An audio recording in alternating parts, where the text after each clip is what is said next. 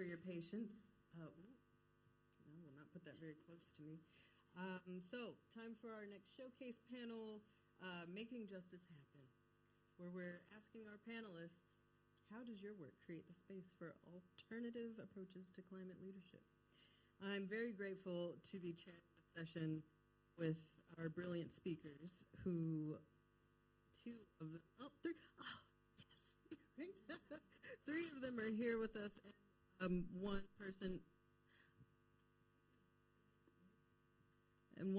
is joining us remotely. So welcome everybody, and please give a round of applause to Zahra Davidson, Farah Ahmed, Chino, Odimba, and Yasmin Dahnoun.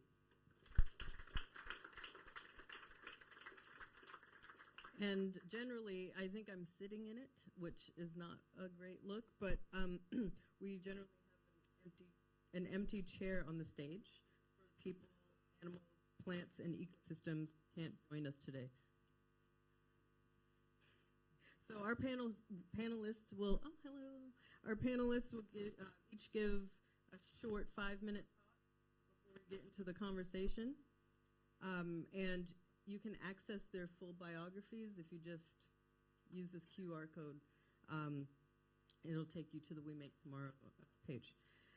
Before we kick this off, just a gentle reminder to our speakers to keep to time, as we have had all kinds of technical difficulties and we don't want to interrupt you. Our timekeeper will not hesitate to ring a bell at you. Thank you so much.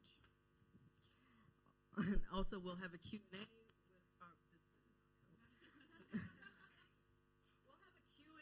With the audience after the discussion. So do think of some questions for our speakers, as well as we'll also have a performance after the panel. So let's get into it. First off, Zahra Davidson, Chief Executive and Design Director at Huddlecraft. Take it away. Thank you. So hi everyone, I'm Zahra. I use she, her pronouns, and if a visual descriptor is needed, I am a white woman in my early 30s, and sadly, my most distinguishing feature is probably my really round glasses. So I am Chief Exec of Huddlecraft. We are a community interest company, and we specialise in peer-to-peer learning and peer-led approaches to change.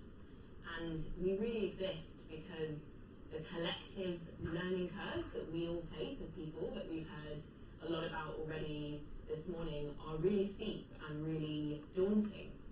And those learning curves stand in between ourselves and a future where our children and their children are going to be able to thrive.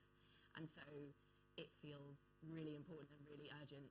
And so we use a peer-to-peer learning approach to help people and organisations climb these steep learning curves. We do that in 3 ways. So we have a platform for huddles, which literally just means groups of people who come together to learn together, heal together, create together, take action together, that kind of thing. We do collaborations and organizations, bringing the power of peer challenges, and we also train people. And so how do we create space for alternative approaches to climate leadership? Well, with peer-to-peer learning, rules and power are flipped. So we take a teacher-student power dynamic and we flip that, and we have a peer-to-peer dynamic instead, where everybody is a teacher and everybody co-leads the learning process together. And what we really do is create opportunities for people to practice this distributed power in action, put it into practice in their lives, not just talk about it. I want to give one tangible example of a project that we work on called Money Movers, which is all about women taking climate action with their personal finances. So what that really means is moving their pension, moving their current account, moving their money away from probably fossil fuels and other bad investments to a place where it might be supporting a future that they actually want to see. To do that, we use this peer learning approach. So we train women as Money Movers hosts. They then gather a group of women around them, and together they go through the Money Movers program. So they identify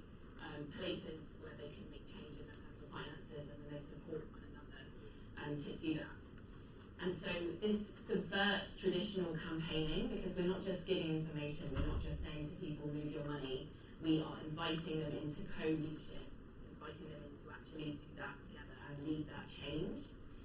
And so, yes, it's important that we are moving money, and so far 140 women have moved more than £1.2 million, but equally as important is that that is done by lots of women. Not just one influential woman or one wealthy woman, but lots of women doing that together, co-leading that together. And that's important because it reflects the kind of climate leadership that we really want to see. And so I want to quote Carita Kent, artist and sister, who, talking about peace in 1982, said, "It will not be made for us, it will not be given to us from above." And that is so relevant to a just climate transition. Yes, we need big organisations and government to act, we really do, but also, can we say no to change solely happening through patriarchal power dynamics? Who wants to live in that future? I don't think that I do. I want to live in a future where the change has been co-created by people, and where the change has started from within people.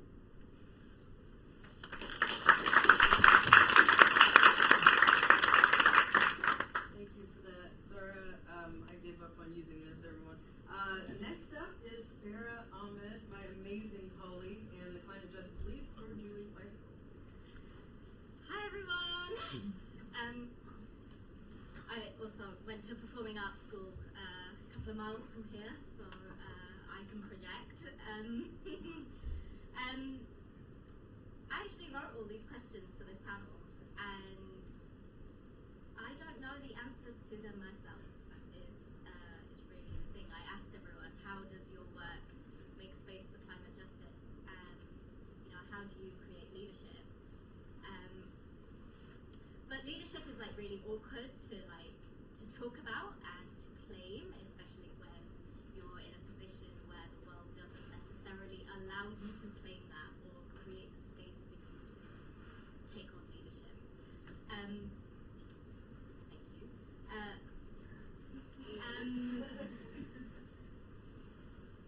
But the thing is about leadership is not all of us have a choice in it.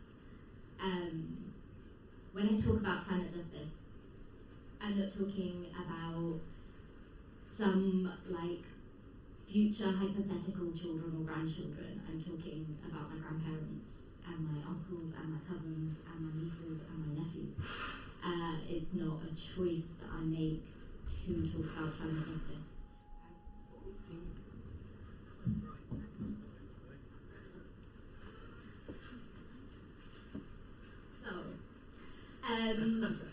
The values that we bring to the space, and I think that it's important to say that I am the climate justice lead at Julie's Bicycle, and that is a role that has been built in the 6 years that I have been at JB. I started as an administrator. I basically opened my big mouth about everything that I didn't really get. And here I am now, and I think that what the journey of my own personal climate leadership story can really tell us is about the sort of symbiotic relationship between making change from the ground up and top-down leadership. And I think that that's really it's exemplified in the relationship that Alison, the director, and I have had over the last 6 years. I told her I was going to talk about this, and I'm really glad she's not here. She thinks I'm going to say bad things. It's fine, it's all good. When I started at Julie's Bicycle, I basically sat in a room of white people with degrees and didn't understand anything. Not because I didn't understand climate change. Science, you can learn science. Science is probably easy. I don't know. Charise is gonna hate me for saying that. But what is beyond that? I think that many of you might know Julie's Bicycle as a carbon footprinting organisation, and certainly 6 years ago that was a really big chunk of what we do. That was really the basis of our theory of change, of our methodology. It was about measuring impacts and then making change based on that. And really the work that I've done and the conversations that I have with Alison and that I've been having with Alison over the last 6 years have been about, like, actually, how do we push the art sector beyond that? How do we push JB as an organisation beyond just talking about carbon footprinting and into actual leadership, into actually talking about what justice is? How do we incorporate care into the space? How do we hold space for grief, for rage, for all of the other things that those of us who do not have those choices need to express and want to express, and again do not have the choice of whether or not we embody that. And you know, I think that it really is a sort of microcosm of the climate movement at large. You know, there's grassroots movements that are not necessarily coming in with degrees and with like access to institutional knowledge and power, and then you have the institutions that have the money, that have the access to all of these spaces, and we're not asking as people coming into these spaces, as grassroots movements, we're not asking to be absorbed by the institution. What we're asking for is for that institution to change how it operates. I don't want a seat at the table. The table was built off of colonial atrocities. I want to smash it. I want to sit on the ground. I want my feet in the grass, and that's really what we're trying to do with Julie's Bicycle now. So the way that we're doing that is through really trying to empower people to take that leadership on. So through our Creative Climate Leadership Program, through training programs specifically for people of colour, which Chino wonderfully was part of, and also through like free resources. So it's not about gatekeeping knowledge. It's not about gatekeeping institutional power. It is about democratizing access to all of these things, making it make sense to people in a way that is relatable to their lives, and not assumptions about people's lives, but actually what is the reality. And also asking people to look beyond our own spheres of life, and to think about where our spheres of influence are. When I started at Julie's Bicycle, I didn't have any influence over anyone apart from Alison. I didn't really even have any influence over her. I just have no concept of hierarchies and authority. Which she will gladly tell you herself. And, I think that making that one change and creating those challenges to authority are really, really impactful. And this is why we have such wonderful people with us today. That's me. Sorry, that was very rambly.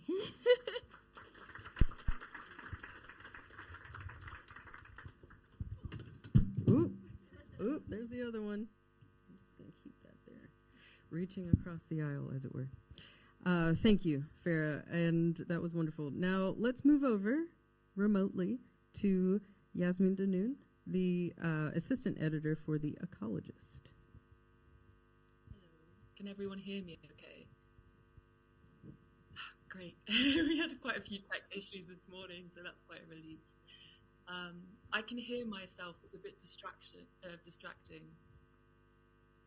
Is there any way to stop the feedback? That's better.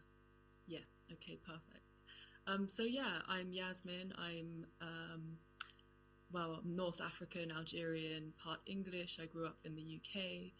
I'm very terracotta today, I've just realised. And I've got curly dark hair, brown eyes, and so yeah, I work for The Ecologist. I'm assistant editor, and I'm also on the editorial team for Resurgence and Ecologist magazine, which kind of addresses all these issues that we're talking about, so environmental, social, spiritual challenges as well of our times. And it's really interesting to hear you all, because we're all coming from slightly different places and tackling this kind of question from so many different angles. Sorry, I can see myself as a bit distracting as well.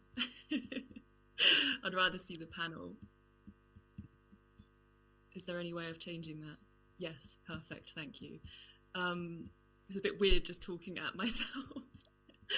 So yeah, talking about climate justice, it's such a big one because I often feel like we talk about justice in quite vague terms, and the question really got me thinking about like what actually is justice. And as with most words, I like to try and go back as far as I can into its Latin roots and meaning to work that out.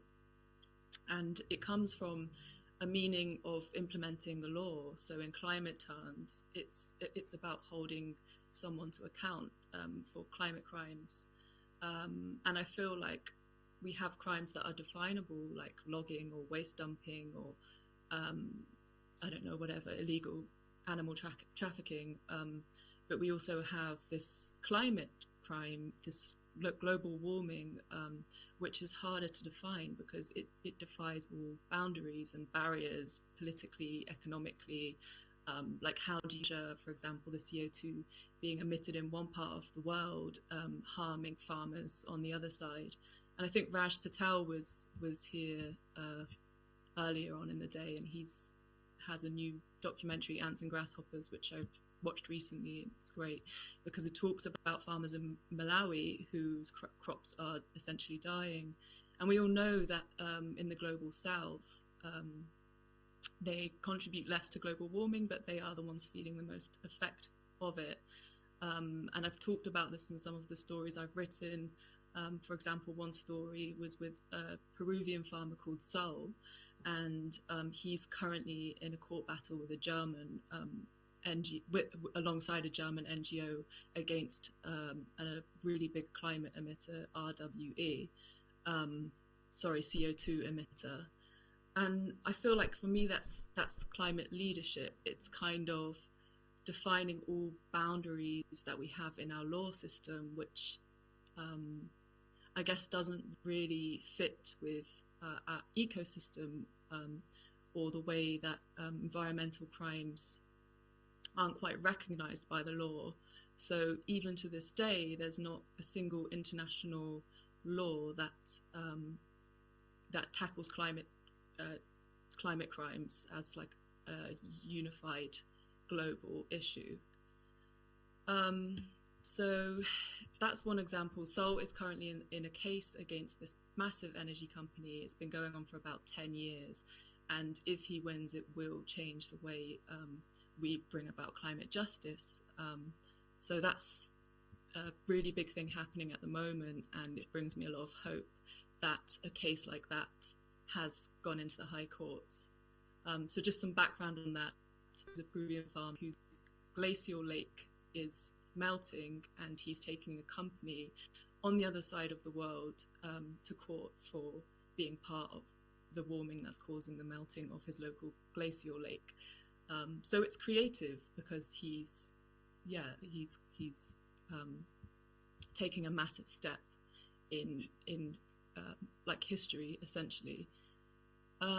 So yeah, I feel like it's creativity, it's the lack of creativity that got us into the climate crisis. If you think about the way we farm, if you think about the way we are polluting the planet and not looking at alternative ways of agriculture or systems, there's so much opportunity available in terms of renewable energy or different ways of farming. And like Zahra was talking about in not climate education, but in education in general, we're kind of taught in this very linear way. And I feel like if you look at our landscape, it's often so barren. We plant in monocultures.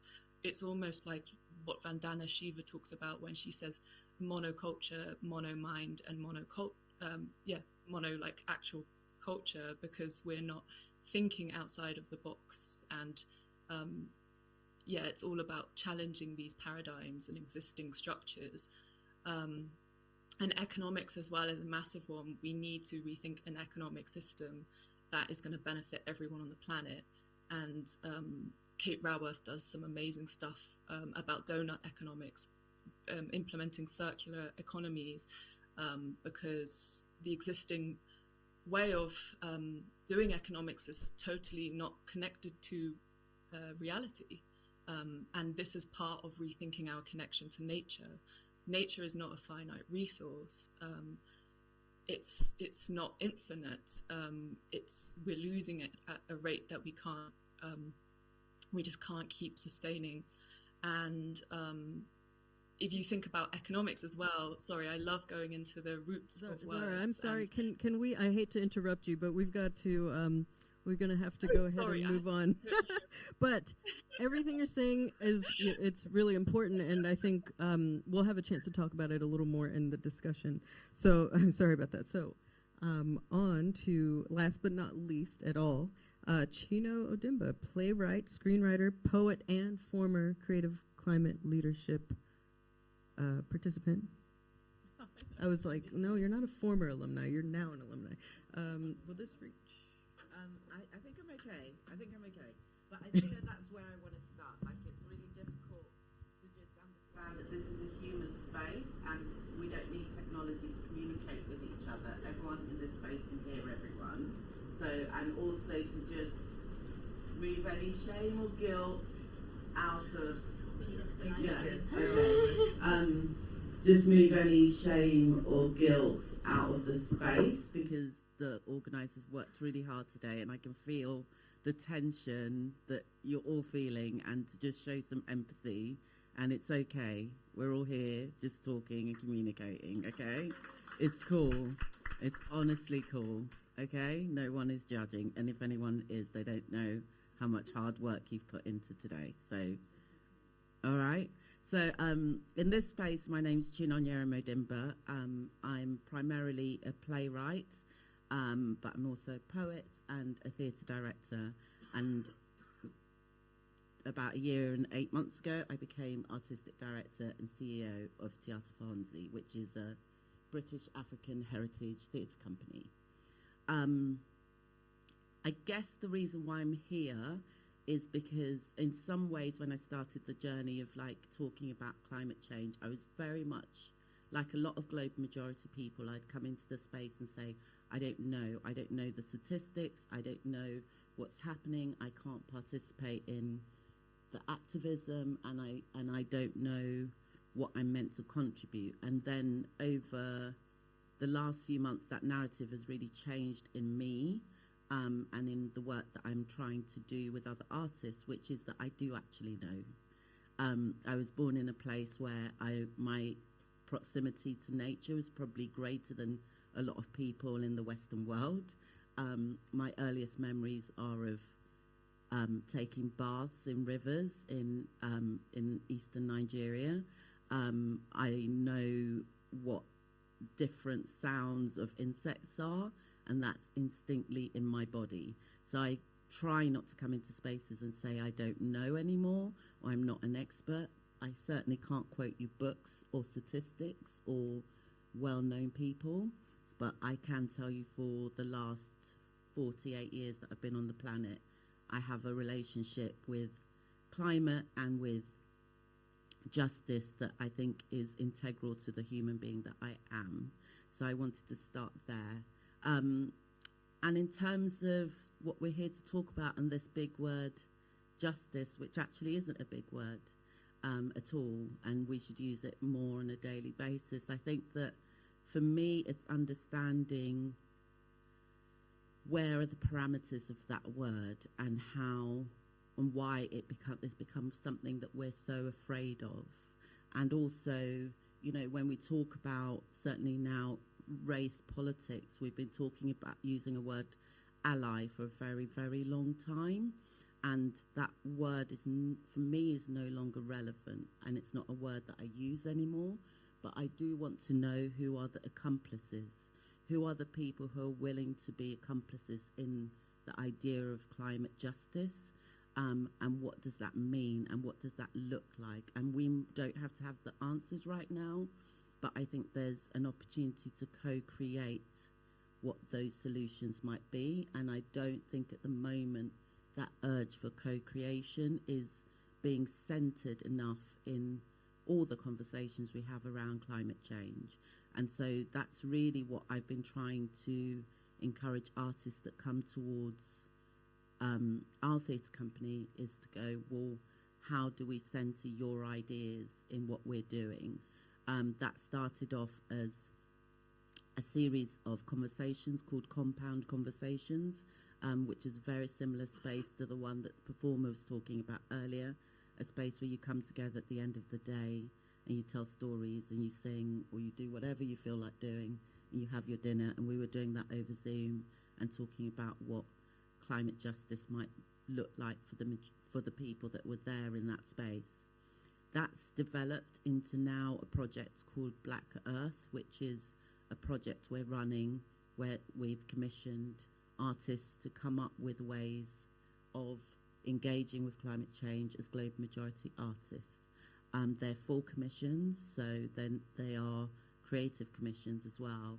And I think in coming towards today and thinking about what I wanted to talk about, there's been some really big themes that have come up. And one of them, which I think is quite, for me, has been quite radical in some ways, is the idea of playfulness. And I know that's going to make everyone go, what the hell?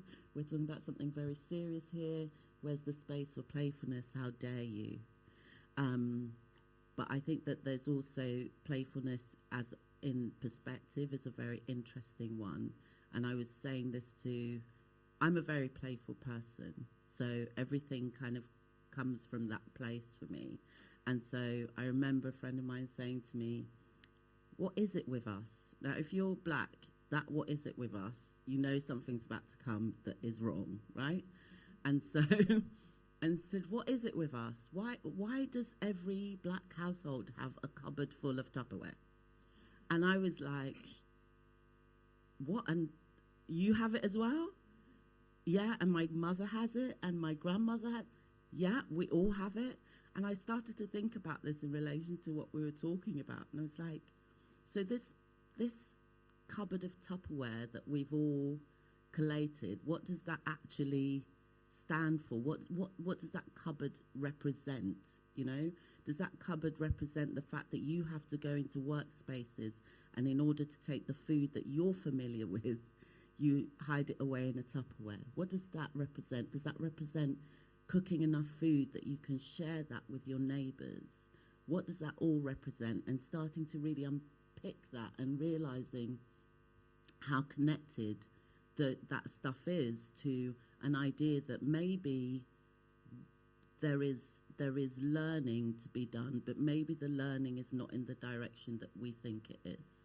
And maybe part of the work of the idea of climate justice is to allow people to have ownership and have power in a space that they've been told they have no ownership and no power in. And actually the idea of sustainability is something that's so ingrained in a lot of those global majority cultures that are now being regurgitated and reformulated in order to be kind of like taught back to us. And I really started to reflect on just an anecdote like that, you know. So for me, it's that's something I'd like to expand on more, the idea of playfulness and where that sits in this conversation. But thank you for having me here, and I hope everyone's just relaxed. Take a breath. It's technology. It doesn't matter.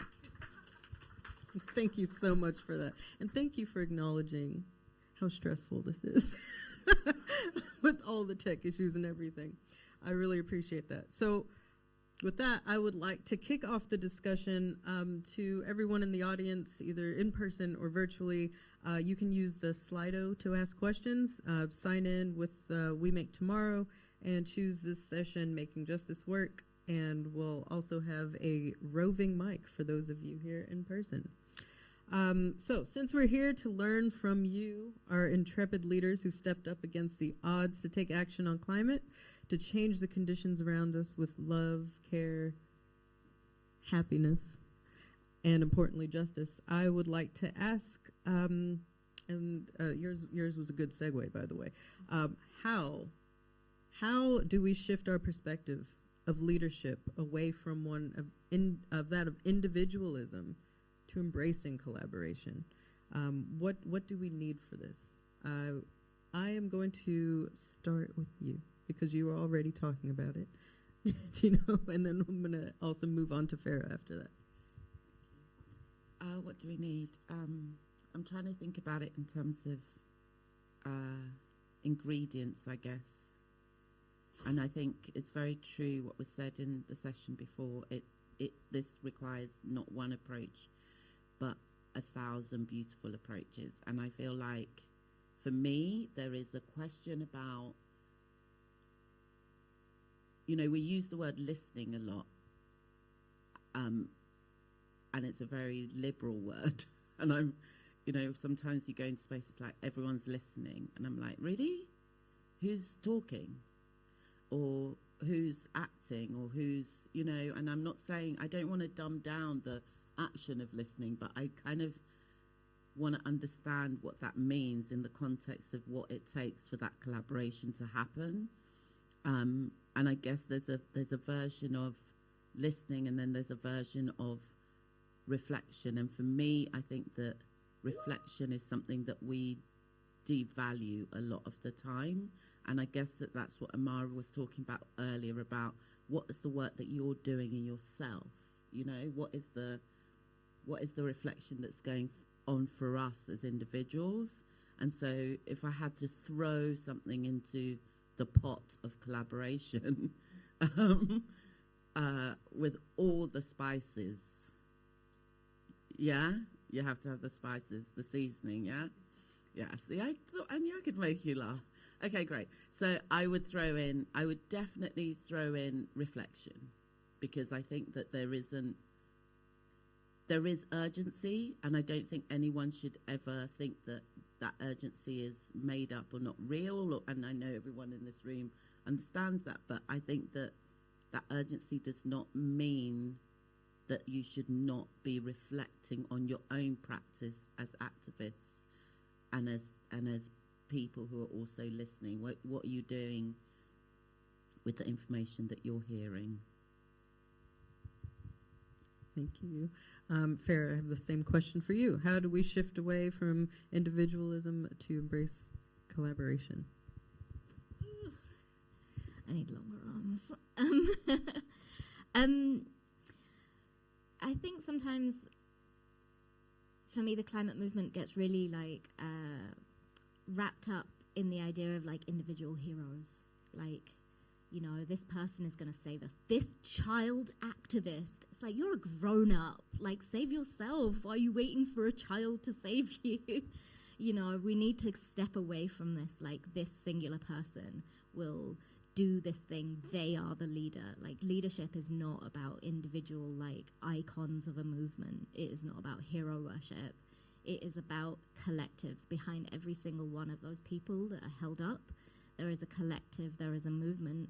And the other thing about that as well is, we are meant to have captions here today, which is another issue. But, when we talk about those things, how much space are we making for people? So, when Greta Thunberg was, going out and saying all the things that she was saying to world leaders, I was reading loads of articles where people were her Asperger's is what makes her, say it like this.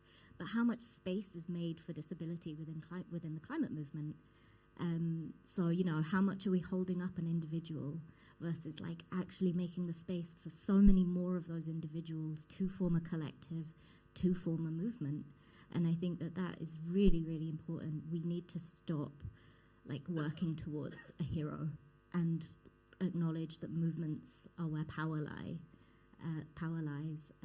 The people is where power lies. We're not asking for it. We want to take it. We want to use it for ourselves as a collective, not because of ego and nonsense. Who should I pass it to? Thank you, Farah. I'm going to take it back online to Yasmin. Have not forgotten about you. And you had some great things to say about how we might actually do some of these things that we're talking about. And you were talking about the donut economics and such. So what I would love to hear from you is, how can we nurture and create a regenerative cultural ecology? It's such a good question. And I feel like we need connection to nature in order to create a regenerative economy. And this has been mentioned in the panel already, but it's about the kind of inner work that we're doing to ourselves, and self-care, and listening and reflecting is all part of that process. And I guess like every ecosystem, we need like diversity. So not just being stuck to one thing. For example, I would say I was a writer, but I'm also an artist. I do so many other things that connect me to nature, but also to the movements that I'm working with, and they all kind of feed in with each other and keep me inspired, keep me feeling like I'm connecting to different people, not people just within my own networks. So yes, I think that we need to nurture ourselves, and therefore we can nurture others. Thank you. Thank you so much, Yasmin. So the next question is a little mix of an audience question and one that I had as well. The audience question was: love, care, co-production, radical kindness, and playfulness are beautiful concepts. Can the panel reflect on the challenge and rigor that sit alongside this? So I would like to add to that by saying, yes, there must be myriad challenges that each of you have had to deal with in your respective work. Can you give some examples and let the people know, how did you work through it? And I believe I'm going to start from the left and we'll move over, and then we've got to go. I'm sorry to cut it short because of all the tech issues, but here we are. Chino. I'm trying to also reflect on that. I think for me, there is, especially working with artists, it's a lot of the artists I work with, like I say, the company mainly works with British African heritage artists and audiences and communities, and Black British artists in general. And I think that there is an understanding that for a lot of the artists that come in towards the company or towards me as an artist, they have already felt a certain level of hurt and harm. And I think that acknowledging that at the start of any conversation with an artist feels really important, because there's no point us pretending that for whatever privileges we may all have, that there isn't a harm that comes along with just being vulnerable and being out there as a global majority artist. So I think that for me, that's the care and the sort of time that you take to listen and to reflect on your practice. And I think reflecting on practice is such a vague term, but if we bring it down to justice, I'm kind of asking those questions like, what do I now have to do as someone in a leadership role? And I don't struggle with the words leadership or power, and I know that's going to feel weird coming from a Black woman, but I have no problems with my power.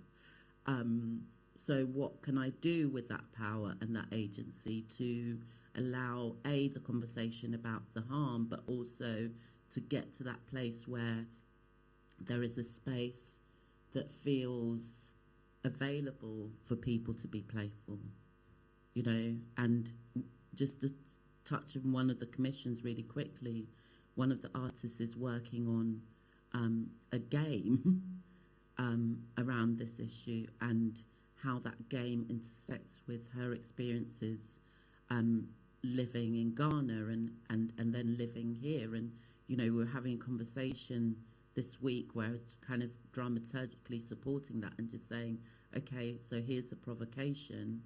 Does the game need to be different if it's in Lincoln or if it's in Ghana? And that was and we were both slightly taken aback by the provocation, and there's no answer. But I think that that's where I start, is by acknowledging the harm and the hurt.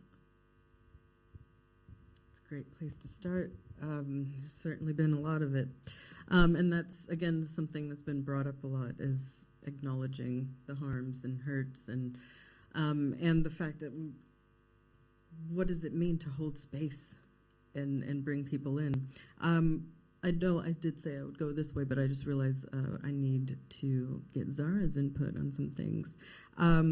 What you're doing is pretty great at Huddlecraft. I love the idea of, the student being the teacher. And basically what I wanted to ask you, I will get back to the question that we just had, but specifically for you, what does it mean to you to lead this kind of change? And it's something so new. And, what does it mean, and how do you find people respond to it?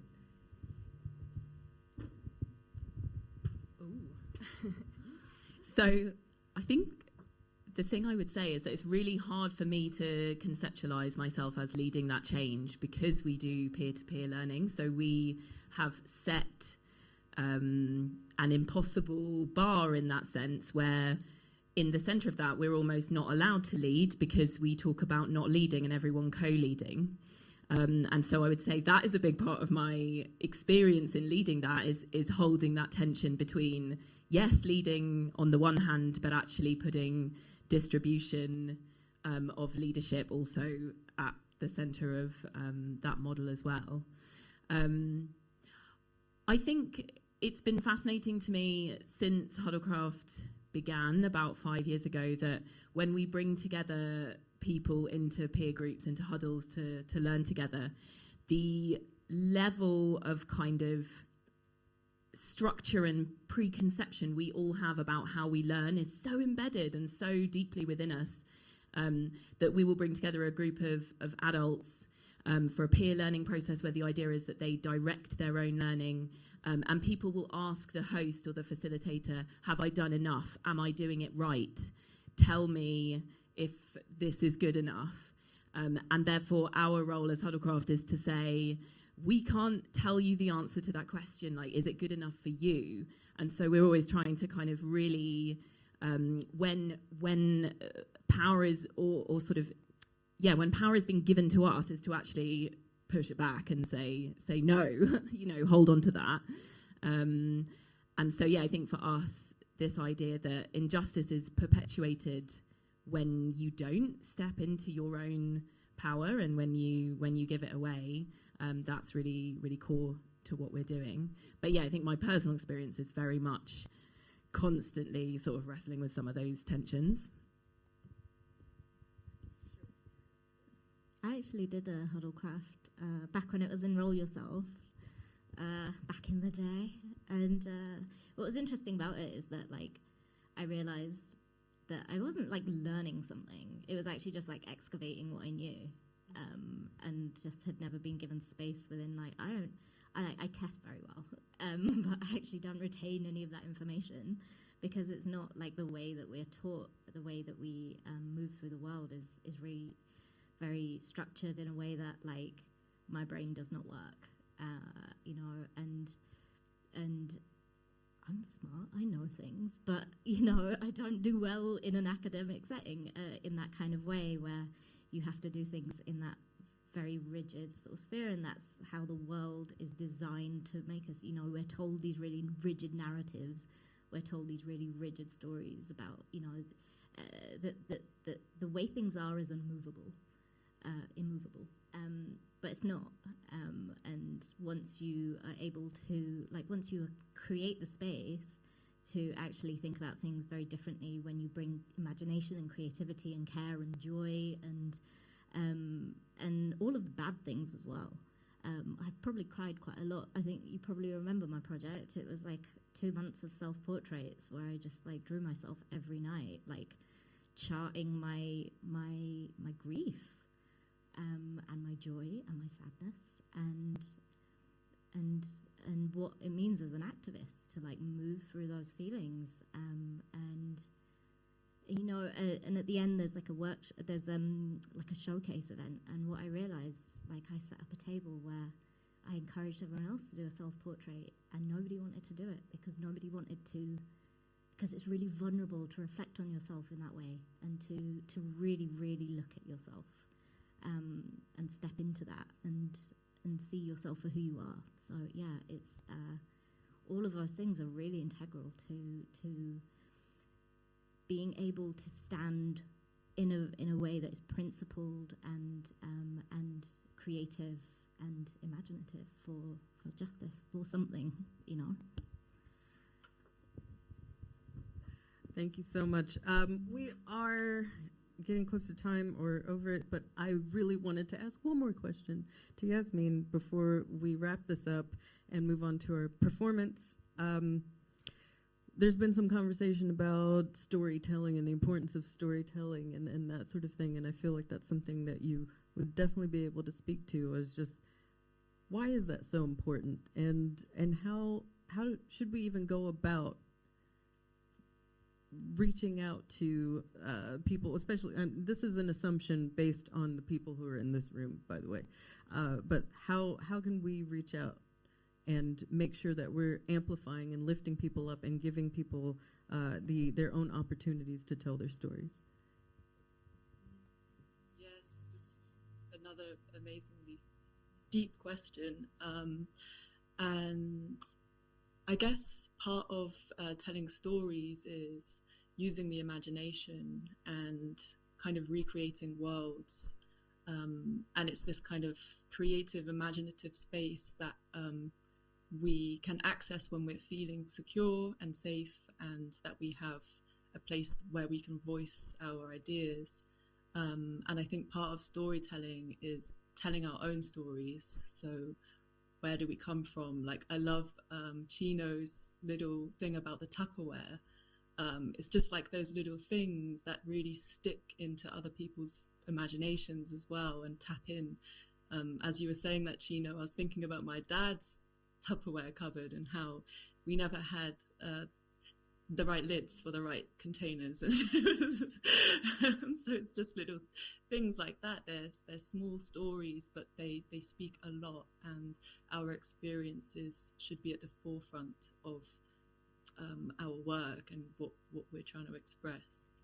And I guess as a journalist as well, I like to give platform for other people to tell their stories, and so it's not always just about what I want to say. And we do have, I feel like I should just mention this now before we wrap up, that we have an Ecologist Writers Fund, which is for people from all sorts of backgrounds who wouldn't normally be able to tell their stories, and to get paid to do so. So if you check out the Ecologist Writers Fund, that's just a platform that I can offer for anyone who feels like they have a story to share that they don't have a platform for otherwise. So yeah. Thank you so much for that. Can we just give a huge round of applause to our panelists and to the tech team for making it work out. Thank you. Thank you so much, everyone, for being here, to our wonderful speakers, wherever you all are online. Thank you for joining. We have one more performance curated by the Nest Collective from Anna Phoebe. Uh-oh. Oh, are we doing that? Some things were changed.